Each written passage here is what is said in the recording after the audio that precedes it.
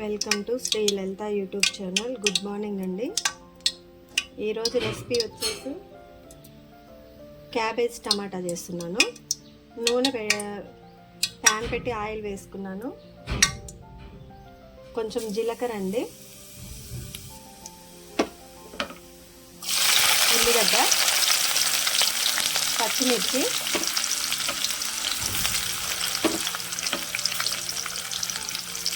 అల్లం వెల్లుల్లి పేస్ట్ అండి. ఇంట్లోనే ఇప్పుడే రోట్లో దంచాను. బ్రౌన్ కలర్ వచ్చేంత వరకు నూనెలో వేయించుకున్నాం.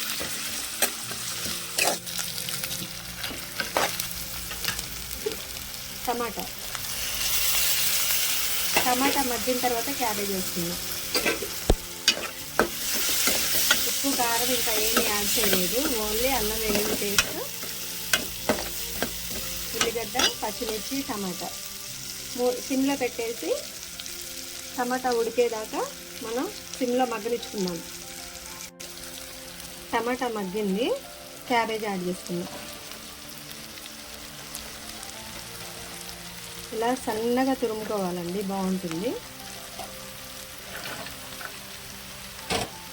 కలదిప్పకుండా మూత పెట్టి ఒక 2 నిమిషాలు మగ్గనిద్దాం.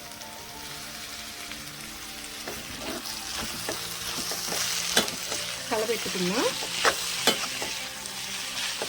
అంటే క్యాబేజీలో టమాటా తర్వాతనే వేసుకోవచ్చండి. కాకపోతే నేను కొంచెమే కాబట్టి కర్రీ ముందే వేసేసాను.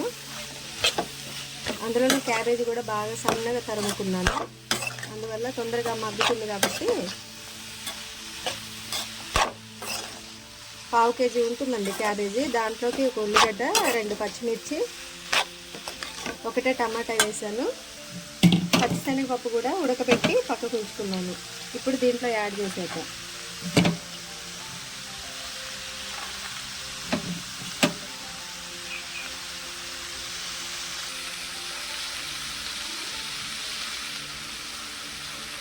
కొంచెం సాల్ట్ అండి, 1 స్పూన్ వేద్దాం.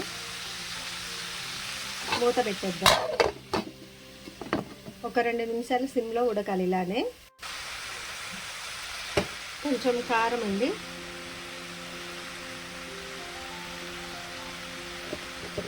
మూత పెట్టి సిమ్లోనే ఒక 2 నిమిషాలు మగ్గాలండి. అంటే పొడి మసాలా వేసుకోవచ్చు, వేసుకోకపోయినా పర్లేదు. కాకపోతే ఈ మధ్య మసాలాలు ఎక్కువ వాడుతున్నాను, దీంట్లో వేయాలనుకోవట్లేదండి.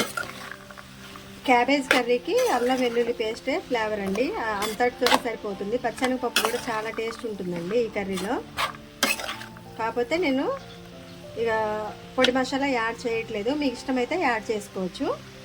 మూత పెట్టి సిమ్లోనే ఒక 5 నిమిషాలు కూర మొత్తం మగ్గాలండి. ఉప్పు, కారం, మసాలా ముక్కలకి బాగా పట్టాలండి. కర్రీ మొత్తం కూడా దగ్గరికి అయిపోవాలి. ఆల్మోస్ట్ ఆల్ కర్రీ అయిపోయినట్లేనండి. కాకపోతే ఇంకొక 2 నిమిషాలు ఉందాం, క్యాబేజీ కొంచెం మగ్గాలి కదా. అందువల్ల టమాటా కూడా కనపడట్లేదు, ఎందుకంటే టమాటా ఒకటే వేసానండి. పుల్లగా ఎక్కువ ఇదిగా ఉండొద్దని చెప్పేసి, మామూలుగా కొంచెం ఘాటుగా ఉండాలని టమాటా కొంచెం తక్కువ వేసుకున్నాను. క్యాబేజ్, ఆలుగడ్డ 2 మిక్స్ చేసి కూడా కర్రీ చేయొచ్చండి, చాలా బాగుంటుంది. ఆ రెసిపీ కూడా చేసి చూపిస్తాను. కుకింగ్ వీడియోస్ వ్యూస్ బాగా తగ్గాయండి, ఎందుకనో తెలియట్లేదు. డివోషనల్ వీడియోస్ బాగానే లైక్ చేస్తున్నారు, కానీ కుకింగ్ వీడియోస్కే వ్యూస్ తగ్గాయి. సబ్స్క్రైబ్ చేసుకుని వాళ్ళు ఉంటే చేసుకోండి, సపోర్ట్ చేయండి. మీకు నచ్చితేనే లైక్ కొట్టండి, లేకపోతే స్కిప్ కొట్టేయండి. కాకపోతే కొంచెం సపోర్ట్ అయితే చేయండి. కొత్తగా పెట్టినటువంటి యూట్యూబర్స్ కాబట్టి కొత్త రెసిపీస్ కూడా చేసి చూపిస్తాను. ఈ మధ్య కొంచెం హెల్త్ ఇష్యూస్ వల్ల ఇంట్లో లేనండి, ఒక 2 మంత్స్ బయటకు వెళ్ళిపోయాను. అందువల్ల కొంచెం కుకింగ్ వీడియోస్ నెగ్లెక్ట్ చేశాను. ఇప్పటి నుంచి రెగ్యులర్గా పెడతాను. మనం మళ్ళీ ఒక 2 నిమిషాలు సిమ్లో పెట్టి మగ్గనిచ్చుకుందామండి. క్యాబేజ్ ఇందాకే వేసాం కాబట్టి పచ్చనిపప్పు ఉడికింది ఆల్రెడీ, టమాటా కూడా మగ్గింది. ఈ ముక్కలు కొంచెం క్యాబేజ్ ఒకటి కొంచెం దగ్గరికి అయిన దాకా ఉంచి మనం స్టవ్ ఆఫ్ చేసుకుందాం. ఒక 2 నిమిషాలు ఉంచిన తర్వాత స్టవ్ ఆఫ్ చేద్దాం.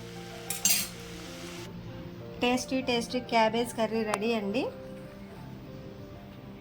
దీంట్లో ఆలుగడ్డ వేసుకోవచ్చండి, పచ్చనిపప్పు యాడ్ చేసుకోవచ్చు, లేదా పచ్చనిపప్పు లేకుండా ఓన్లీ టమాటాతో కూడా కర్రీ చేసుకోవచ్చు.